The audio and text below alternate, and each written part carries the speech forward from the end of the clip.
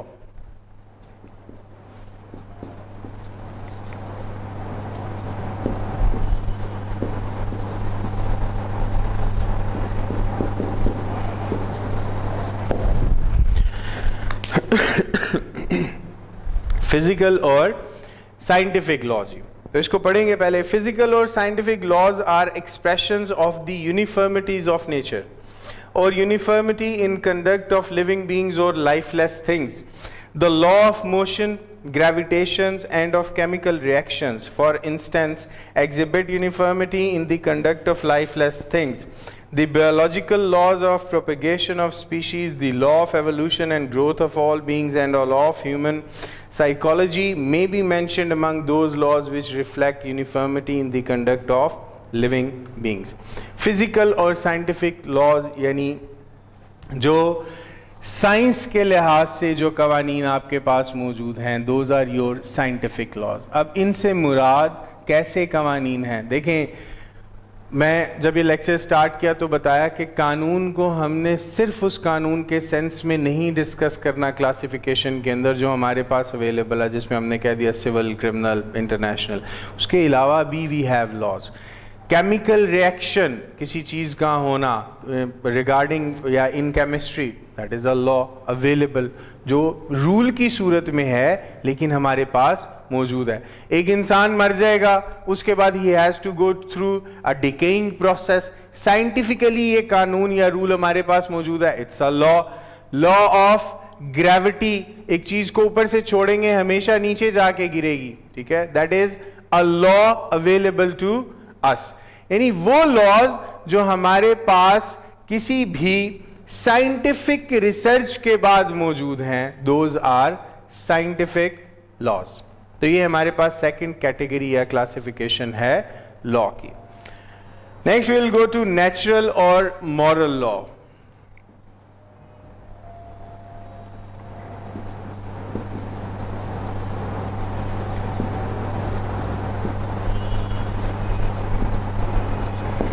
Natural اور moral law, جی اس کو بھی پڑھتے ہیں پہلے, then we will discuss it. This is also known as divine law, the law of reason, the unwritten law, the universal law, the common law and the eternal law.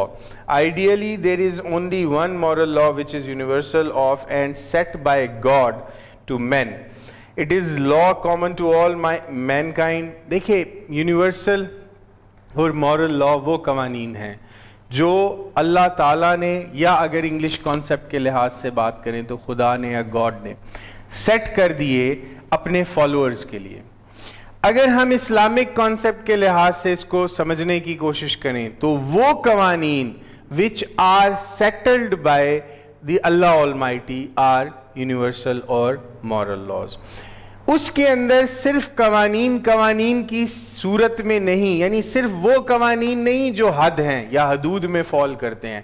حدود کیا ہیں کہ prescribed by اللہ, جو ایک limit set کر دی گئی کہ اس چیز کے اندر جو ایکسیڈ کرے گا اس کو اتنی سزا دی جائے گی, جس میں ڈرنکنگ آ جاتی ہے, جس میں زنا آ جاتا ہے, جس کے اندر آپ کی حرابہ آ جاتا ہے, یہ ساری چیز, these are حدود settled by Allah Almighty.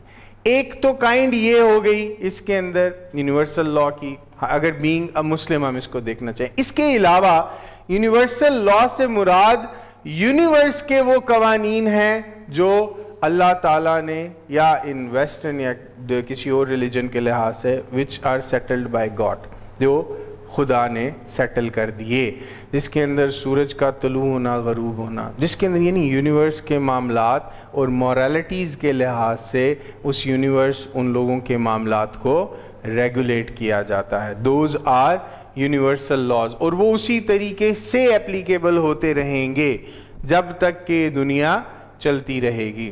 ایک ٹرم آپ آگے ابھی نہیں بھی سنی تو آگے آپ لوگوں کا بینگ اے لائر اس سے واسطہ پڑا رہے گا, principles of natural justice. Principles of natural justice.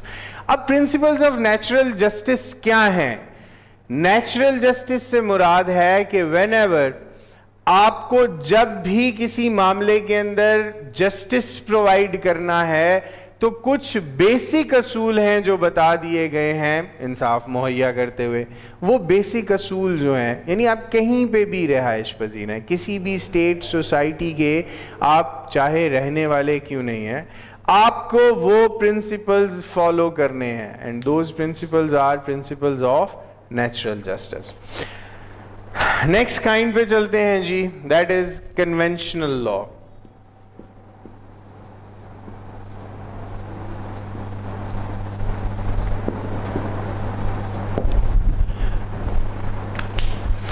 Conventional law جی, کنونشنل لا پڑھیں گے پہلے. Convention means agreement necessarily, therefore conventional law must have as its basis an agreement between two parties and not the force of coercion of a superior. Conventional law is thus the name given to a body of rules agreed to be followed by some parties in order to regulate their conduct towards one another. These are called laws because they ensure uniformity of conduct, acquire their validity and enforce from the agreement and have a sanction behind them. دیکھیے conventional laws وہ کہتے ہیں یا conventional لا کہ ایسا کوئی بھی, convention firstly کہتے ہیں ایگریمنٹ کو. اب ایگریمنٹس ہمیشہ ہوتے ہیں بٹوین ٹو اور مور پارٹیز, دو یا دو سے زیادہ فریقین کے درمیان ایگریمنٹس ہوں گے, ایگریمنٹ ہوگا. اب جب دو یا دو سے زیادہ فریقین کے درمیان کوئی ایگریمنٹ لکھا جائے گا تو اس ایگریمنٹ کو بھی قانونی حیثیت دے دی جائے گی. وہ قانونی حیثیت اس کو